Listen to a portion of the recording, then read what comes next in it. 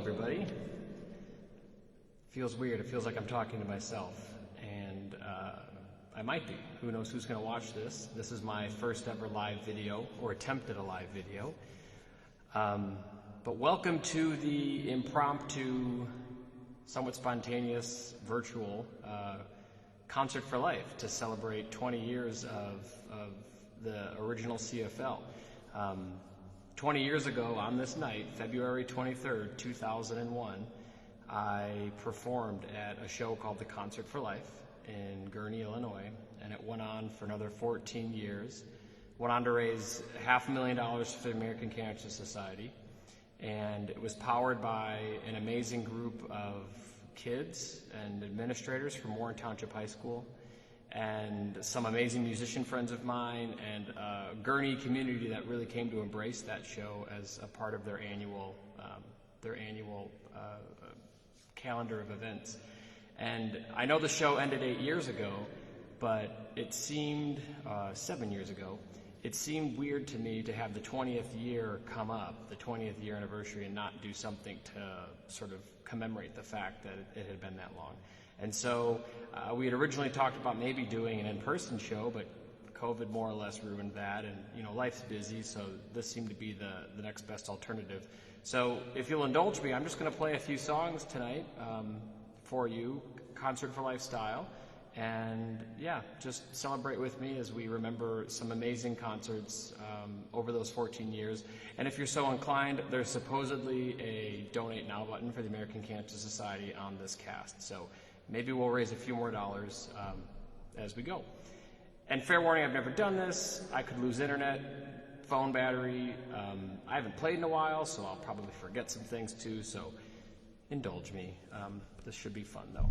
First song I want to do is one that sort of speaks to me regarding what I'm doing here, and just a reminder that we're all called to spend some of the time we have in life trying to give back to others or do things for others. And so this is a song called All the People Say.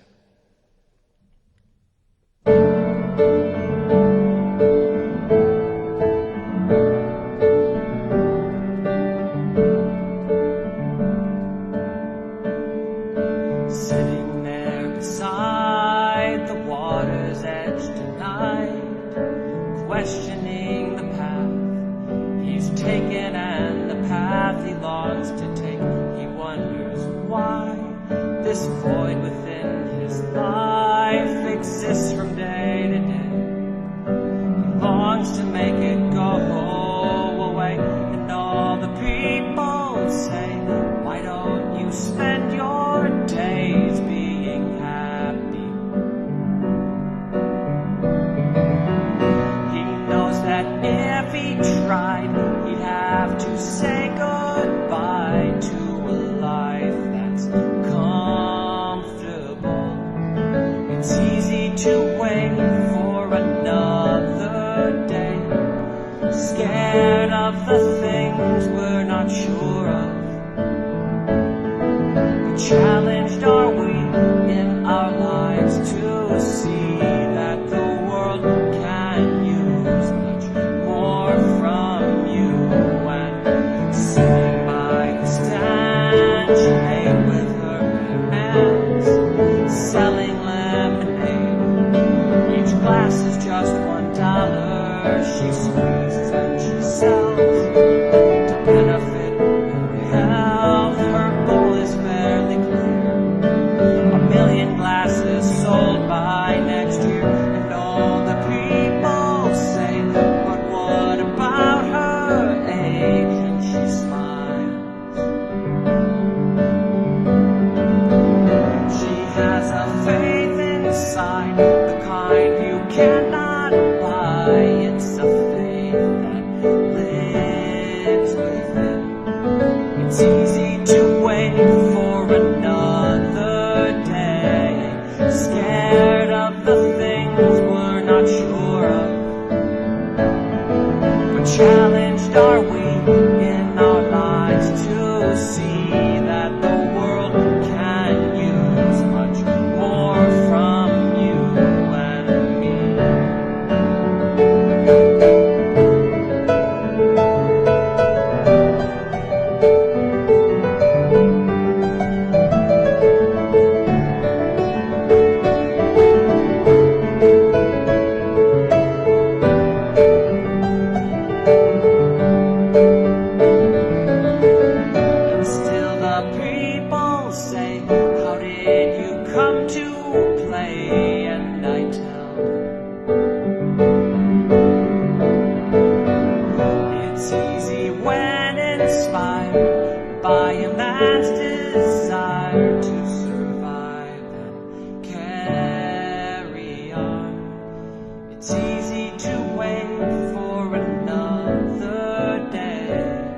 scared of the things we're unsure of. We challenged our way in our lives to see that the world can use much more from you, and it's easy to wait for another day, scared of the things we're unsure of. We challenged our way in our lives to see that the world can use much more from you and me.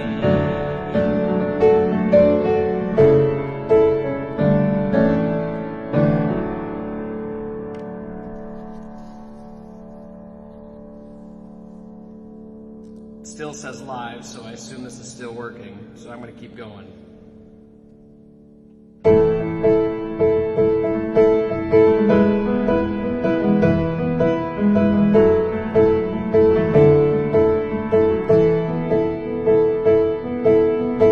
And might I say, today is a perfect day to open up our hearts to something good. So here we are.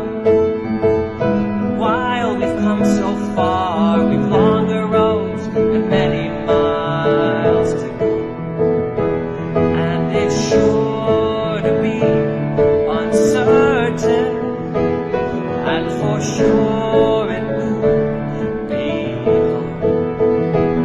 But we'll stand up strong and carry on, for today is the day. And if we walk, then they'll see us, and if we talk, then they'll believe us a million miles away, day after day. And when we walk, and they see us, and when we talk, and they believe us, lives will change. So look around and hear the peaceful sound of thousands upon thousands marching. And late tonight, embrace the hopeful light of the millions upon millions that are strong. And their fight may be uncertain, and for sure it will be hard. But we'll stand up strong and carry on, for today is the day. And if we walk, then they'll see us, and if we talk, then they'll believe us a million miles away, day after day. And when we walk, and they see us, and when we talk, and they believe us, lives will change. And might I say that today is a perfect day to open up our hearts to something good.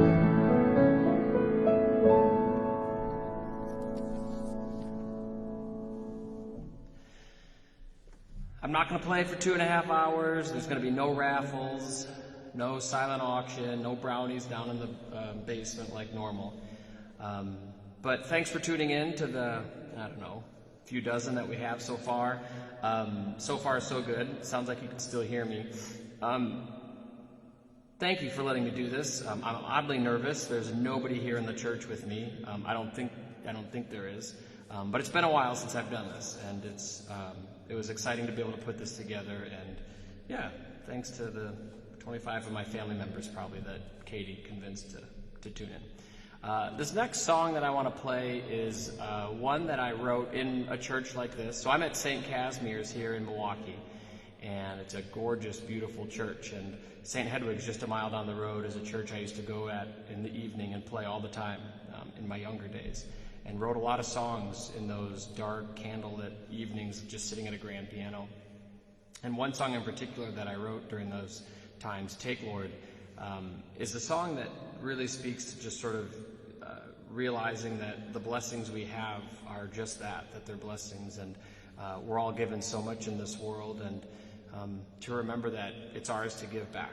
And in this particular song, that that we want to give it back to God who gave it to us. It's a song that has a really special place in my heart, particularly during the days that we're going through, so many of us. And so tonight I wanted to play Take Lord.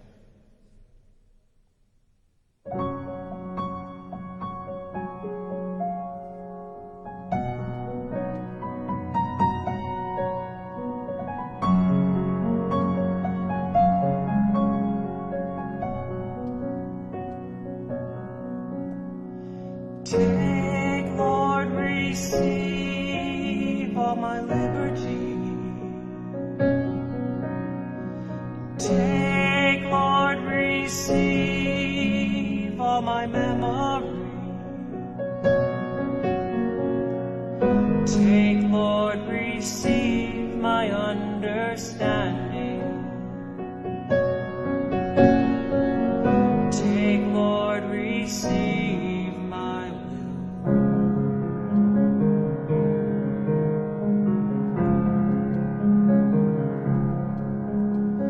Take, Lord, receive all I have to give. Take, Lord, receive all that I possess. All that I have has come from you, Lord. Now I return it to you.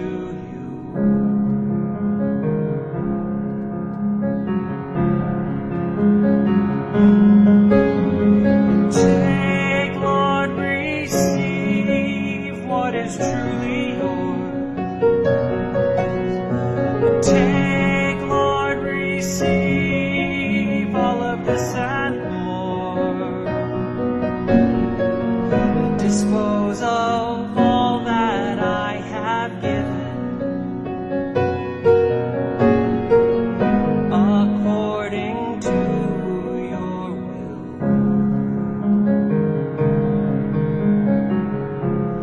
For your love and your grace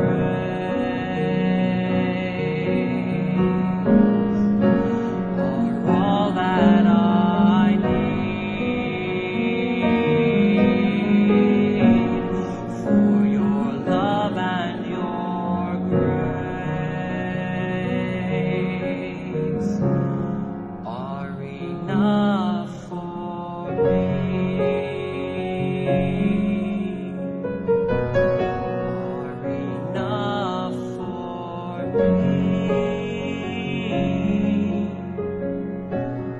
Are enough for me.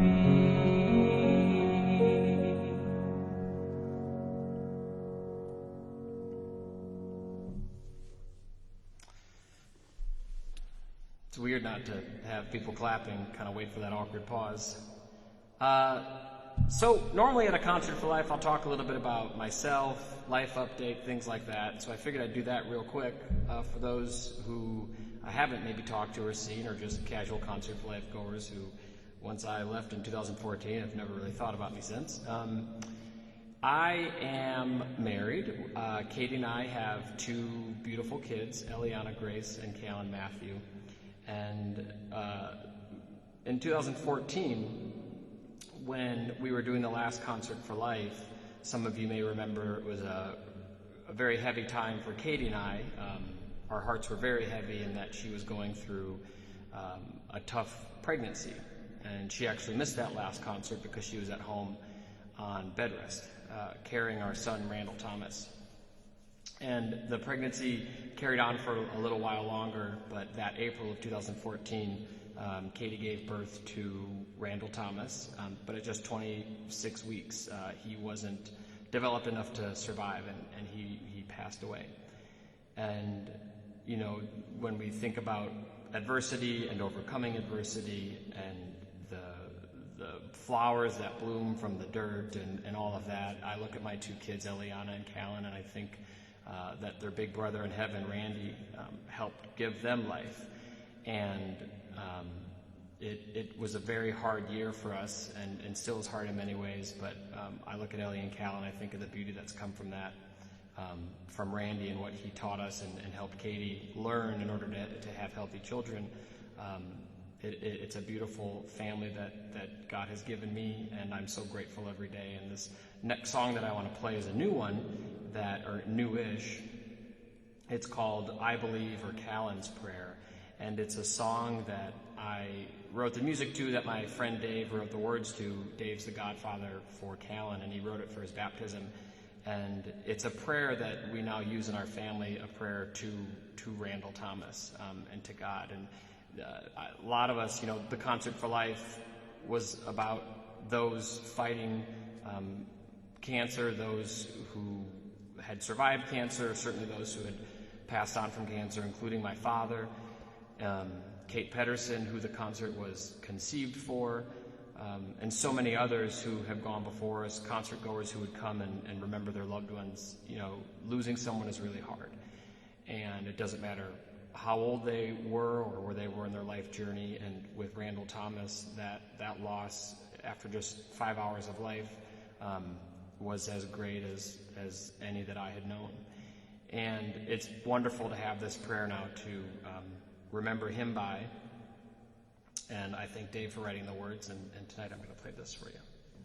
So this is called Callan's Prayer.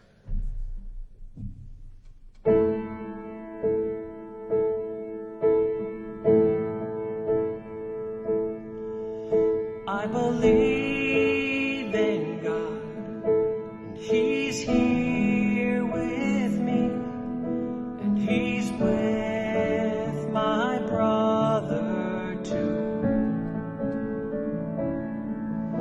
And I believe they hear the words I speak, and therein the things I do. Keep me safe, they guide my way, and they never leave my side. And if the road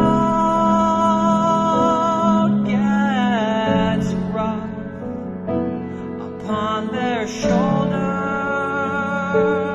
I will ride. They are my strength, we three are one, and together we do pray. Be with me, Lord, and chosen one, until we meet one day. Until we meet one day. Until we meet one day.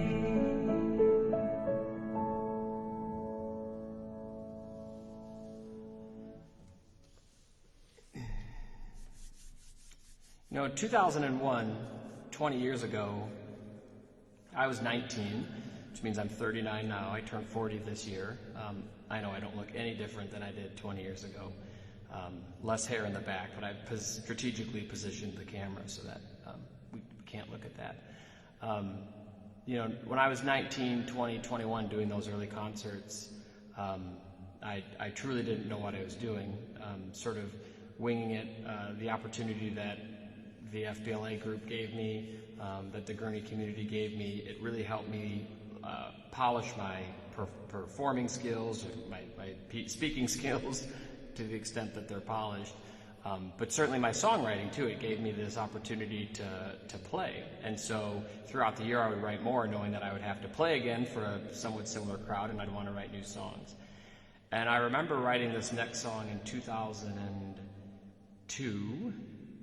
It was for the second Concert for Life. After the first one, seeing what that night meant to everybody, especially Kate, Pedersen, who was there, but to my family, to my mom, and to so many in the community who came up afterwards and talked to me. I wrote this song afterwards and played it at the second show as sort of a gift to the show. And it was hard for me to write because it's written in the first person as somebody that has cancer. But it really captured, I think, that feeling of hopelessness, but also strength. And I played it at that 2002 concert, and we played it every year since, and it grew to become this wonderful tradition where people would stand during the song. They'd be recognized if they were in the crowd as being somebody that had cancer, currently had cancer. And it just became a wonderful anthem for the Concert for Life. And so I can't do this mini Concert for Life without playing this song. So this is God's Chosen One.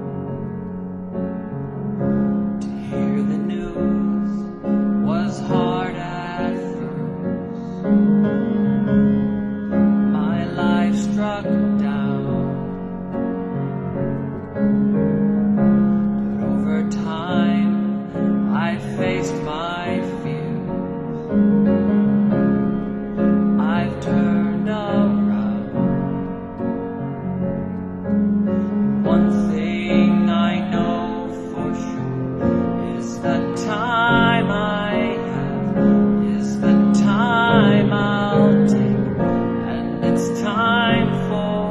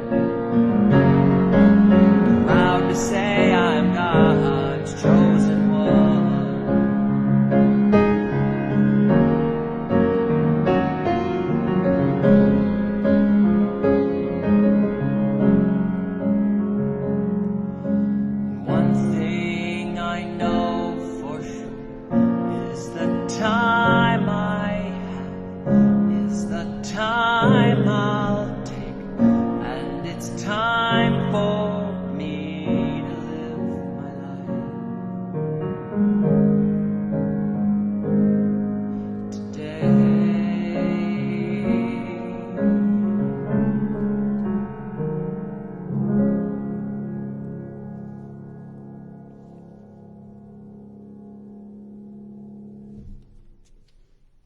It's hard when you do a mini Concert for Life and you want to play all the songs that I always did at the Concert for Life and that really spoke to what that show was about.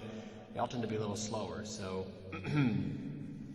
apologies if anybody was expecting a lot of energy, but you shouldn't have expected anything, because until 30 minutes ago you didn't even know I was going to do this, so we're covered there. Speaking of songs that we did every year at the concert, in 2003 I think is when this song first was played, and this song has just become my favorite, many people's favorite, those who know my music, and it's a published song. It's sung in churches throughout the country now, and it's a song that we can all identify with. It's Be With Me, and certainly those going through a terrible illness or watching somebody go through an illness, but really in all aspects of our lives we go through trials and tribulations, and we need somebody to help us through. And for people of faith like myself, that person is God, and I lean on God more than I think, or more than I even realize. And it's not just for the heavy stuff, it's for the small stuff too, when we're asking for wisdom or guidance, patience, whatever it might be. That's what prayer is for. And Be With Me is one of those songs that so many people have written to me about and talked to me about, how it spoke to them, and the message of comfort and the message of asking for comfort and being vulnerable enough to want comfort, and the progression of the words to getting to this point of being made stronger and being raised higher. I think, and as the song itself progresses and goes up in key, I think it just provides this boost that sometimes we need. And I will always say that Be With Me is one of those songs that kind of wrote itself. I remember sitting in the chapel at Marquette University writing it, and it just sort of came out. I didn't sit down to write a piece of music with that text. I just started playing, and that's what kind of came out. And this is one of those songs I really believe belongs more to God than it does to me. This is Be With Me, without Beth singing the other part, so you'll have to do with just me.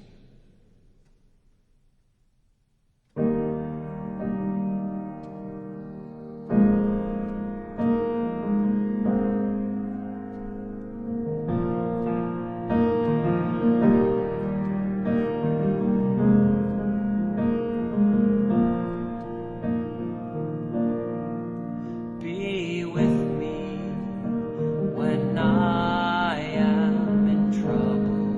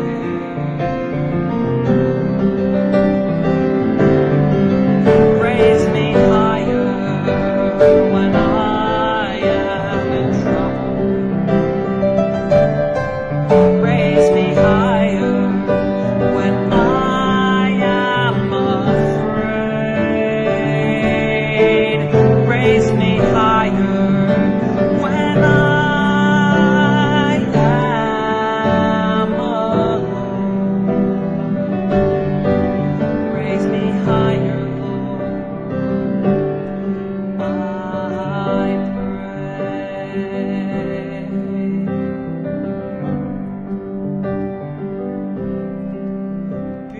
with me when I am in trouble.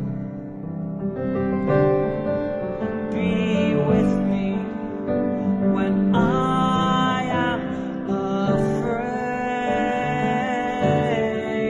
Be with me when I am alone. Be with me, Lord, and I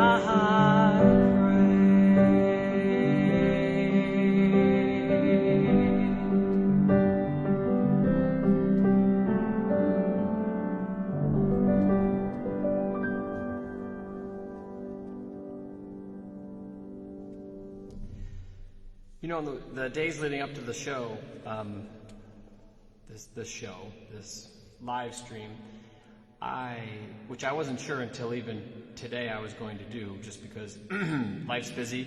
My wife and I own this pretzel company called Milwaukee Pretzel, which I'm shamefully promoting today. And it's been great. We've owned the business since 2013, 14, when we started it after living in Germany for a year. And we make German soft pretzels. I'm sure some of you have seen them about or heard about them or seen them in grocery stores. We're growing. We have a wonderful team, a good product, and it's just, it's busy. And with 2 kids too, life is busy. And I didn't want to commit to something that I felt might have to get canceled.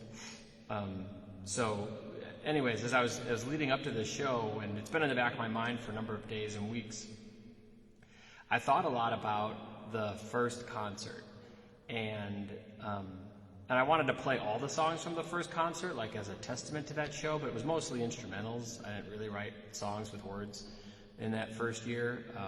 I think my college buddies quickly told me after year 1, like, hey, great show, but let's back off on it was more like a piano recital than an actual concert, and so, I got cracking on the lyrics, and I stumbled with lyric writing for about 10 years before I kind of figured it out. But anyways, that first show, so many memories, so many vivid memories stick out. But one of the most special to me, and in the second show too, was the interaction I had with Kate Pedersen, who, it isn't something she asked for or even wanted, but her presence at those first shows inspired the hell out of me. Inspired me so greatly, and even after she passed in 2002, continued to motivate me. And the show itself, I feel, the engine of that show was always Kate. And my dad, Tom, who passed away from cancer in '97, is always the inspiration for me in my life, especially now that I'm a dad. And he was in my music writing and still is, and in all of those 14 Concert for Lifes in Gurnee, my dad was present with me every note that I played. But Kate was she was the star. She was the one whose diagnosis with cancer led an army of students to want to do something for her. And that's how this first show was born. And we did it on a Friday night. February 23rd was a Friday. And we got some few hundred people to show up, and we raised $6,000, and it was fun. And Kate was there, and she was quiet, probably somewhat shy and nervous, but also, I think, mindful of the evening and what it was for and what she was going through. And that next year, I've said this story many times, that next year she was sort of transformed, and at least in her face seemed to have more life in it. Her personality seemed to shine through, and by then I interacted with her a couple of other times, and so I knew her a little better. But I think seeing so many people come out to support her did something for her, and I think that's something that I've always remembered, that when you're going through something, even if you're not asking to be picked up, when you get picked up, it really helps. Kate's legacy and memory will live on forever because of the Concert for Life. And this song in particular, Kate's song that I want to play, again on my own, so I don't have the added instruments, Molly and Kate, to play flute and violin today, or Molly and Kelly. But this song, every time I play it, I think of Kate, obviously, and the Concert for Life. And when I play it, you'll actually hear, I don't think I've ever explained this ever before, but I always pause after the first phrase of the song before I go into the rest of the song. And that actually is me mimicking what happened the first time I wrote Kate's song, which was at a choir practice at a different church here in Milwaukee when I was in college. It was some break in the action, or it was before the choir practice started or whatever, but I was just fiddling around with the piano, and out came those first two chords. And I remember stopping at the piano at that time and looking at the keys and thinking, I have to remember that. That's going to be a song. I have to remember that. And shortly thereafter, I wrote the full song, and it became Kate's song. And so every time I play the song, I kind of pay tribute to how it was first written when in a church. Like many of my songs were written, those first few notes just sort of came to me. And so this song is Kate's song, and I dedicate it tonight to Kate, and to my dad, and to everybody that cancer has claimed, who is in heaven now, watching over us and helping guide the work that we do down here. This is Kate's song.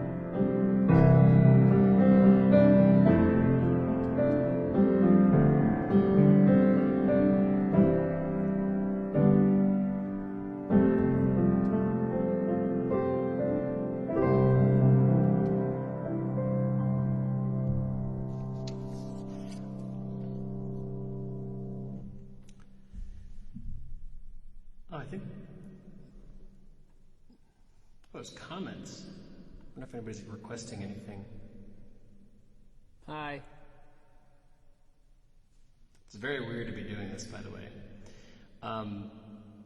So normally at a Concert for Life, at least in the first few years, because I tried to compensate my lack of lyrical compositions with humor, I'd always give an update on my love life, which was humorous, typically, and, would play a song, a love song, that sort of corresponded with where my love life was at the current time. And of course, I met Katie in 2006 and started dating her and made her a part of the show, even forced her to sing at some point, and did that funny song about I'm getting married. If you haven't heard it, go on my YouTube channel, listen to I'm Getting Married. That was probably the funnest moment I had at a Concert for Life, was singing that song and making fun of the wedding planning process, because there's a lot to make fun of about planning a wedding. And so that was fun. Where am I going with this? Oh, love. Yeah, so love life update. Katie and I got married, which happened while we had the shows, and then I just told you about our children. So where am I now at this? I think, I work with Katie. She's the boss at home, and she's the boss at work. Literally the boss at work. She's the CEO. I'm getting a lot of thumbs ups right now. Like, I don't even think that has been happening all. Okay, great. Well, yeah, people agree with the decision there. She runs the show day in and day out, so we see each other a lot too, at home, at work, in the car.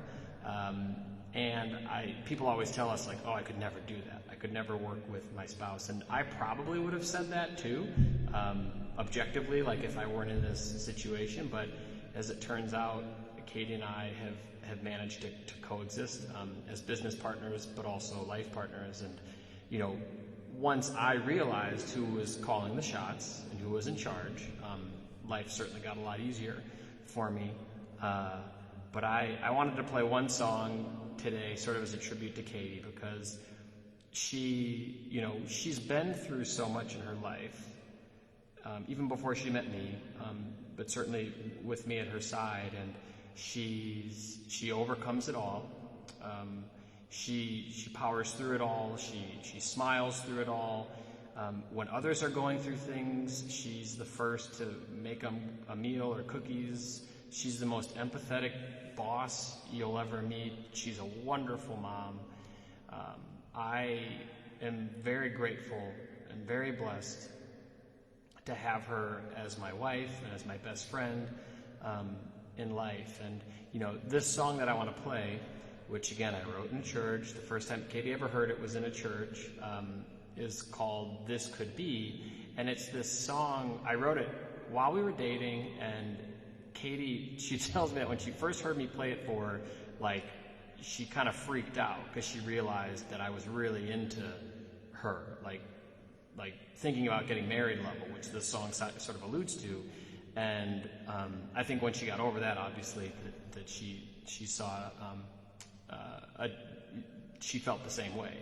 But there's a part in this song where it talks about this whole idea of the person, Katie, and this is true in any relationship, but challenging you and pushing you and being in front of you and being behind you and being beside you. And throughout our relationship, she's done that. She's done that for others too. But I really feel blessed to be in a relationship where Katie challenges me every day to be a better person. She's made me a better person. I know, hard to imagine, because I was, I'm so great as it is. No, there's a lot that Katie polished and still does, and she inspires me, and she's definitely stood by me during things. She's been behind me during things to push me, and she's definitely led me. So I'll shut up now and just play the song. I might forget it. This one I don't have words to, so don't let that be, either an indication of anything or foreshadowing, but I think it's in the key of E. Here we go. This could be a train wreck.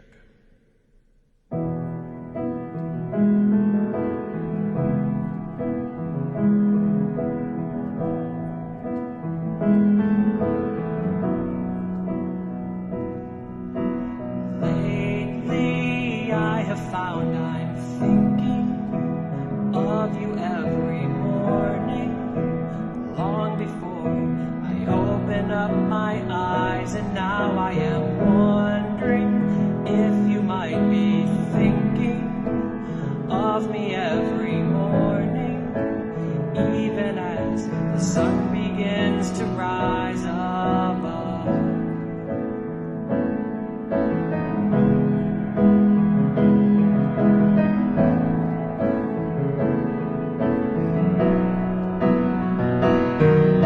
And tell me everything about you, and tell me of your passions, and everything that makes you who you are. I can't remember feeling so inspired, with such a strong desire to open up and let somebody in, and this could be.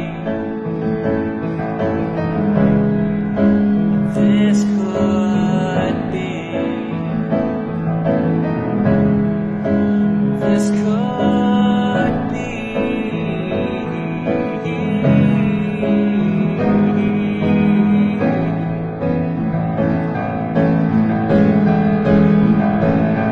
'Cause the person that you are is a person that I've longed for years to find, someone to help me, to challenge me and raise me to new heights. And here you stand, behind me, beside me, you lead me. Behind me, beside me, you lead me. You lead me.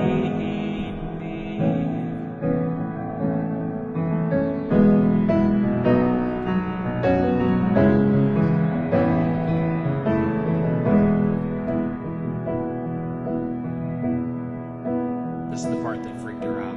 Slowly, I know this might sound crazy, but I've begun to see me next to you for years and years to come. Those who know me know that it's unlike me.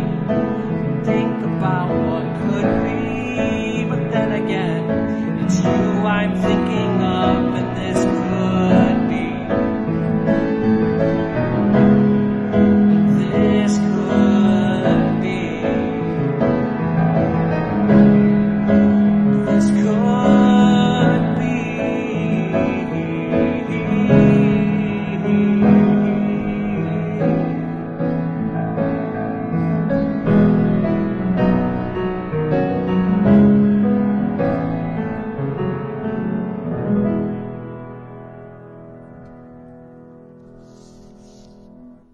Love you, Katie, if you're still watching. So I just have one more song that I want to play, and it's called Alive in You. I used to end all of the Concert for Lives with this song because Ellie says hi. Hi, Ellie. Alive in You, so I played it at the first Concert for Life. I wrote it when I was a freshman in college. And it's a song about music for me. It's it's a song about passions, and for me that passion is music. And it's this idea of never wanting to rest until your passion is known by all. That, I had this desire freshman year of college. I was going to meet, I think, Britney Spears and do songwriting for her. And I was going to be a big sensation. I was going to make it big. It's good to have goals. It's good to have dreams. It's also good to realize when you need to pivot and have other dreams and other goals. So Alive in You, though, was this song about those desires. And I played it at the first Concert for Life, ended the show with it, and I will never forget a friend of Amy and Beth's, my younger sisters, Ashley, coming up after the show and telling me, she had tears in her eyes, and she told me that the song Alive in You spoke to her, and it made her realize that gymnastics, which is something that she was doing at the time, was really important to her, and that it really meant so much to her that she wanted to really, really pursue it. And that was truly one of the first that I can remember moments where a person told me that they interpreted something from a song I wrote that it's kind of, it was their own interpretation of the song, and that it spoke to them. And what Ashley did for me in that moment, I don't know if of course I've never told her this. I saw her once at a wedding. Maybe I told her at that wedding. It seems like some awkward thing I'd throw out when I'm talking to somebody for 10 seconds. That memory has never left me. What she did for me is she made me realize the power that music and words have, and she made me realize how much I like feeling that feedback and hearing that people can take my music and be inspired by it. And to this day, it's one of the most powerful memories I have of all the shows that I've ever done, and it happened at that first Concert for Life.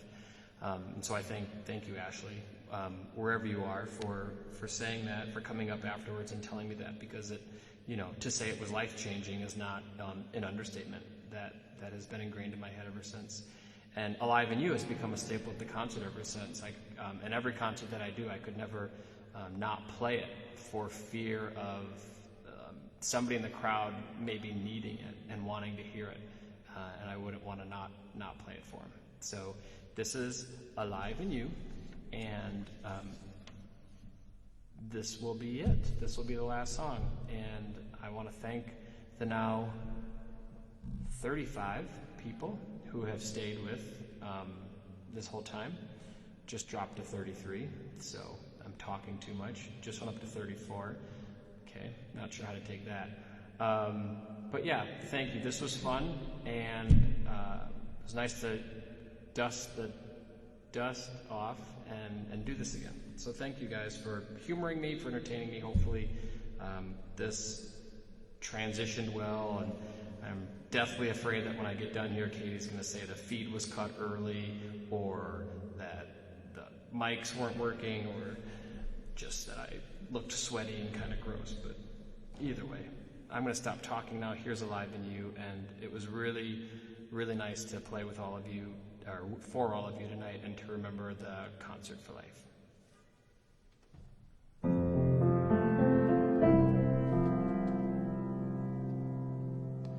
Whoa, it says we've raised $856. All right, so I'm bad at math right now. What is that? $144. So one of Ben and Mike's friends who's single and doesn't have kids, pony up to $144. I want to see that go to 1,000 while I'm playing this song. I'd offer to keep playing until it went to 1,000, but I'm not convinced that's going to happen, and I haven't eaten dinner yet, so I'm just going to play the normal amount.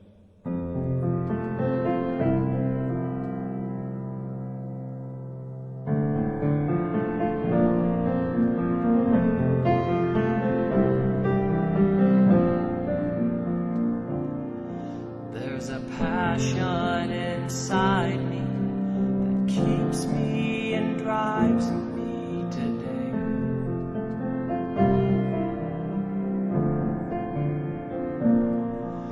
This passion grows stronger the more that I long for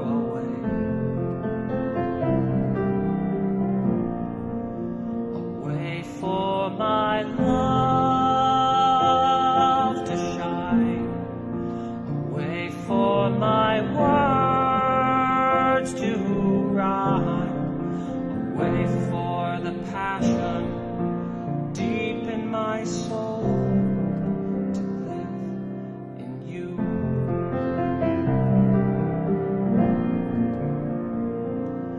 Every day I am trying, at times I am crying to be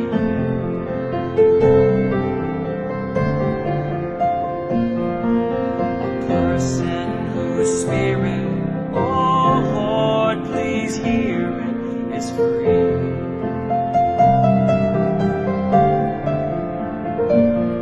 And this passion inside me that keeps me and drives me today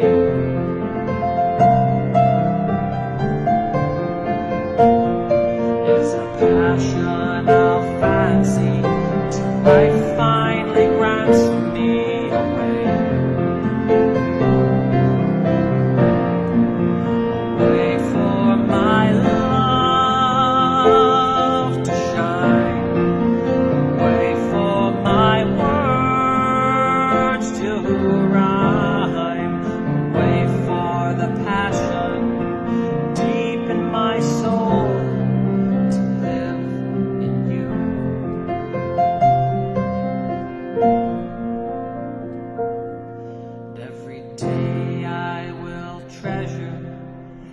praise each measure I play.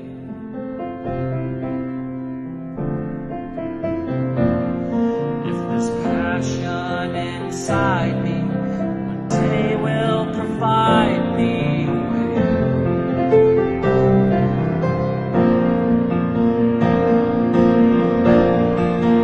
way for my love to shine, way for my words to rhyme, way for the passion deep in my soul, way for the passion inside me to grow, way for the passion deep in my soul to live in you.